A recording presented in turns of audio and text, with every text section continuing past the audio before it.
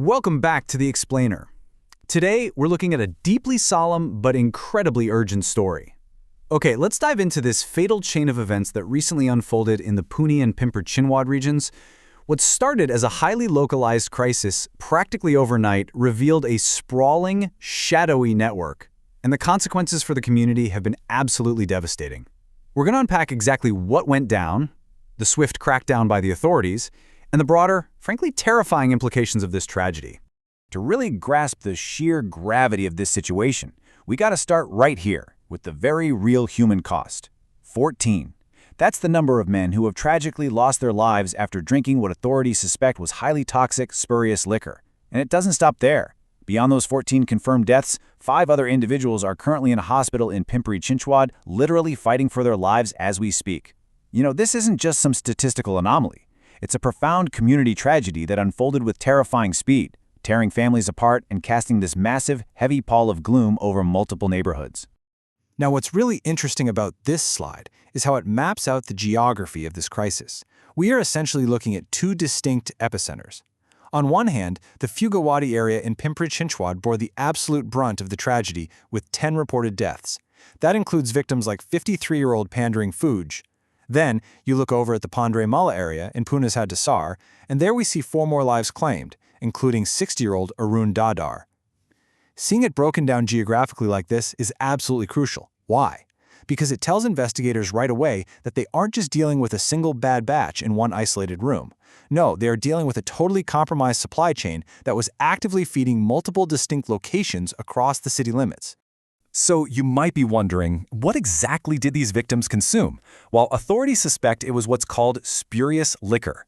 Basically, that means it's illegally manufactured, completely unregulated alcohol. But in this specific case, police strongly suspect the drink was actually laced with methanol. And methanol is an incredibly toxic industrial chemical, stuff you absolutely should never ingest. To confirm the exact poisonous contents, Pune Police Commissioner Amitesh Kumar has stepped in and stated that viscera samples from the victims have been carefully preserved. Those samples were sent straight over to the Forensic Science Laboratory. Once that FSL report comes back, it's going to give the police the exact, undeniable scientific breakdown of the poison that caused all of this. And that brings us to the really grim, clinical reality of what methanol-laced liquor actually does to the human body. Dr. Rajinder Wabel, he's the dean of the Yashwant Rao Chavan Memorial Hospital, provided this terrifying description of the rapid medical progression these victims went through. It starts with step 1, immediate respiratory complaints and severe dizziness. Almost right away, it escalates to step 2, a profound, crushing heaviness in the head paired with a dangerously fast heartbeat. And then, finally, the victims hit the critical stage, acidosis, frothing at the mouth, and ultimately, unconsciousness. It's horrifying, right? But it illustrates exactly why this chemical is so lethal. It literally overwhelms the body's entire system with terrifying speed. Let's move to and see how this builds into the police response, because they definitely didn't just wait around. Led by Joint Commissioner of Police Dr. Basavaraj Telly and Senior Inspector Sanjay Mogale, authorities immediately launched this massive multi-jurisdictional crackdown. So far, they've already arrested 8 individuals. This includes key alleged bootleggers, guys like 73-year-old Colonel Singh Virka and 45-year-old Gurmangat Singh Virka. Plus, state excise officials managed to detain Yogesh Wankade, who's the man accused of actually supplying the liquor to both of the affected areas. And over in Hadapsar, a supplier named Akash Jadhav has been booked as well. Basically, the police are trying to pull up the entire root system of this operation, all at once. So, the crucial point is the sheer weight of the legal hammer coming down on the accused. The police are absolutely not treating these deaths as just some unfortunate accidental poisonings. No way. They are slapping the accused with Section 105. That's culpable homicide not amounting to murder. We're also seeing charges for causing hurt using poison, committing rash acts that endanger human life, the sale of noxious drinks, and of course, violations under the Maharashtra Prohibition Act of 1949. The message from law enforcement here is unmistakable. If you peddle toxic chemicals disguised as alcohol, you are going to be prosecuted as a killer. Because this tragedy, localized as it was at first, so quickly revealed a much broader, highly organized network, the local police forces aren't acting alone anymore. The investigation into the whole incident has officially been transferred to the Crime Investigation Department, or the CID. This is a big deal because it ensures a highly thorough, state-level probe. Right now, the CID and local police are leaving absolutely no stone unturned. They're actively examining CCTV footage from the exact locations in Pandarai-Mala and Fugawati where the alcohol was consumed. They're working backward, tracking exactly who dropped off these lethal shipments. The severity of this event has actually escalated all the way up to the top of the state government. Chief Minister Devendra Fadnavis addressed the media directly about it, and his words are super telling.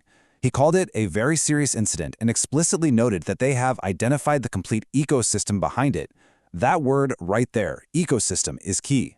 It acknowledges that we aren't just looking at one rogue seller. It's a symbiotic network of manufacturers, transporters, and street-level dealers. He assured the public that the police, working in a joint operation with the state excise department, are putting in full efforts to dismantle the supply chain entirely. Naturally, a tragedy of this magnitude creates some pretty huge political ripples, and it's important we look at the full picture here. On one side, we have the official government crackdown, the systemic legal approach involving coordinated raids, those 8 arrests we talked about, and the transition to a full CID probe. But on the flip side, we have the reaction from the political opposition. MLA Rohit Par and workers from the NCP-SP actually took physical action, going out and destroying an alleged liquor den in the Hadapsar area themselves. Pawar publicly claimed that the incident exposes unchecked and corrupt functioning within the Home Department. So what we're really seeing here is a dual response, the formal machinery of the state navigating the legal system right alongside the immediate visceral frustration of local political figures demanding much faster accountability. Which leaves us with this final really lingering thought. We've seen the arrests, we've walked through the medical horrors, and we've looked at the political fallout. But the big underlying question remains.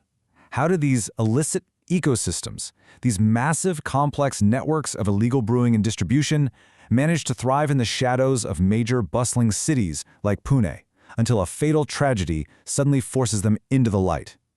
It really challenges us to think about the systemic vulnerabilities and the regulatory blind spots lurking right in our urban environments. As the CID investigation continues to unfold, this is the main question that demands an answer. Thank you so much for joining me for this explainer, and as always, keep questioning the systems around you.